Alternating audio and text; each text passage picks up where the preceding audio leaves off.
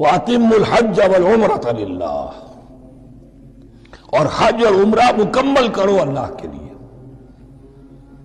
جو عمرے کے لیے احرام تو باندھ لیا جائے گا مدینے سے 7 میل باہر نکل کر ہی، حج مکمل تو ہوگا جب طواف بھی ہوگا، وقوف عرفہ بھی ہوگا، سارے اس کے جو بھی مناسک ادا کیے جائیں گے۔ لیکن یہ کہ جو شخص بھی نیت کر لے حج کی یا عمرے کی تو پھر اسے مناسب کو مکمل کرنا چاہیے، کوئی کمی نہ رہے۔ فَإِنْ أُحْصِرْتُمْ، اگر تمہیں گھیر لیا جائے، روک دیا جائے، جیسے کہ سن 6 میں ہو گیا، صلح حدیبیہ کرنی پڑی، مشرکین مکہ اڑ گئے، نہیں داخل ہونے دیں گے۔ اگر تمہارا گھیراؤ ہو جائے فَمَسْتَيْسَرَ مِنَ الْهَدْيِ، تو جو بھی تم قربانی پیش کر سکو پیش کر دو۔ یہ دم احصار کہلاتا ہے کہ چونکہ اب ہم آگے نہیں جا سکتے، یہی ہمیں احرام کھولنا پڑ رہا ہے، تو دم احصار، یہ خون، یہ جو جانور اللہ کے نام پر ہم دے رہے ہیں، یہ اس کی ایک طرح کا کفارہ ہے۔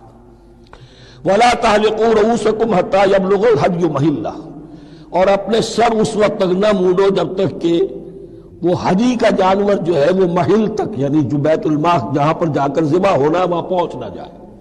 جانور تو آپ نے بھیج دیے اور وہ رکاوٹ نہیں ڈالیں گے، اس لیے کہ ان کا گوشت تو ان کو کھانے کو ملے گا، لہذا جانور، لیکن یہ اندازہ کر لو کہ اب اتنا وقت گزر گیا ہے کہ وہ ہدی قربانی کا جانور جو ہے وہ پہنچ گیا ہوگا، ہدیم بالغ الکعبہ، وہ وہاں پر اس کی اپنے مقام پر پہنچ گیا۔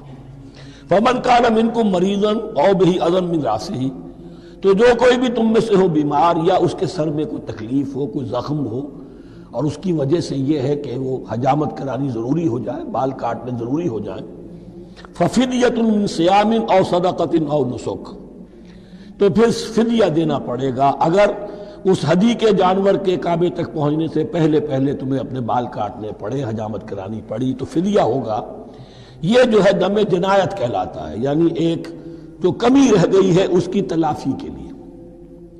وہ صیام بھی ہے، روزے 3 دن کے، او صدقۃ او نسک، یا پھر یہ ہے کہ کوئی قربانی ہے، ایک جانور قربان کیا جائے، دم جنایت اس کو کہتے ہیں، یا صدقہ کیا جائے، 6 افراد کو کھانا کھلایا جائے۔ فَإِذَا أَمِنْتُمْ، پھر جب تمہیں امن حاصل ہو اور تم سیدھے جا سکتے ہو، بیت اللہ پہنچ سکتے ہو، فَمَنْ تَمَتَّعَ بِالْعُمْرَةِ إِلَى الْحَجِّ فَمَا اسْتَيْسَرَ مِنَ الْهَدْيِ، تو جو کوئی بھی فائدہ اٹھائے عمرے سے حج سے قبل، فَمَا اسْتَيْسَرَ مِنَ الْهَدْيِ، تو وہ ایک اور قربانی پیش کرے جو بھی اسے میسر ہو۔ اب یہ سمجھ لیجئے کہ حضور کی بعثت سے پہلے عرب میں رواج یہ تھا کہ ایک سفر میں حج بھی کرنا، عمرہ بھی کرنا ان کے نزدیک حرام تھا، یہ توہین تھی کعبے کی۔ حج کے لیے 3 مہینے، شوال، ذوالقعدہ، ذی الحج، اور رجب کا مہینہ ان کے ہاں طے تھا عمرے کے لیے۔ عمرے کے لیے علیحدہ سفر کرو، اس کے لیے علیحدہ سفر کرو۔ لیکن شریعت محمدی میں جو آسانیاں کی گئی ہیں وہ یہ ہیں کہ ایک شخص، اور چونکہ اس ملت کو پھیلنا تھا بہت طویل علاقے پر، لوگوں کے لیے سفر آسان تو نہیں تھا، تو آپ ایسا کر سکتے ہیں کہ آپ جائیں اور عمرہ بھی کر لیں، حج بھی کر لیں۔ ایک شکل یہ ہے کہ عمرہ کیا، احرام کھول دیا، اور پھر حج کا وقت آیا 8ویں ذی الحج کو، تو پھر احرام باندھا، وہ حج کا احرام ہو گیا، اسے کہتے ہیں تمتع۔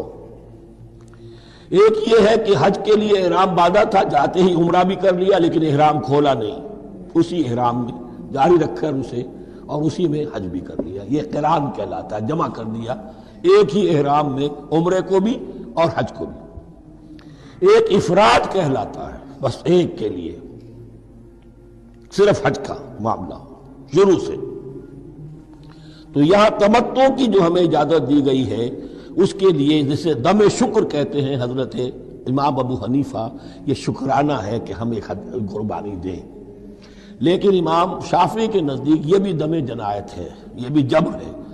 چنانچہ امام ابو حنیفہ کے نزدیک یہ قربانی جو دی جاتی ہے اس کا گوشت قربانی دینے والا بھی کھا سکتا ہے 1/3 کے درجے میں، لیکن امام شافعی کے نزدیک نہیں، یہ ایک صدقے کے اور اس کے دم جنایت کے قریب کی شے ہے، اس کا گوشت جو ہے قربانی دینے والا خود نہیں کھا سکتا۔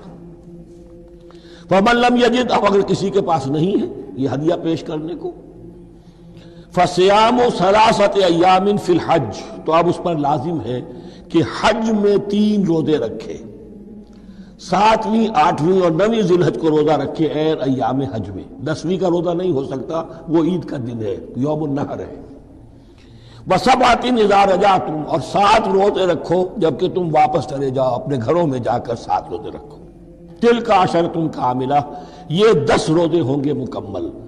ذَلِكَ لِمَن لَّمْ يَكُنْ أَهْلُهُ حَاضِرِ الْمَسْجِدِ الْحَرَامِ، لیکن یہ رعایت کہ حج اور عمرہ ایک ہی سفر میں کر لیا جائے اور ایک ہی احرام میں کر لیا جائے یا 2 احراموں میں کیا جائے، یا یہ کہ ان دونوں کو جمع کرنے کی شکل جو ہے، یہ ایک رعایت ہے کن کے لیے؟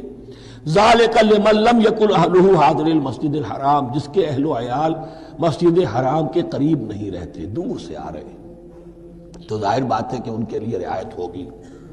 واتقوا اللہ، اللہ کا تقوی اختیار کرو. وَاعْلَمُوا، اور جان لو، ان اللہ شدید العقاب، یقیناً اللہ تعالی سزا دینے میں بھی بہت سخت ہے.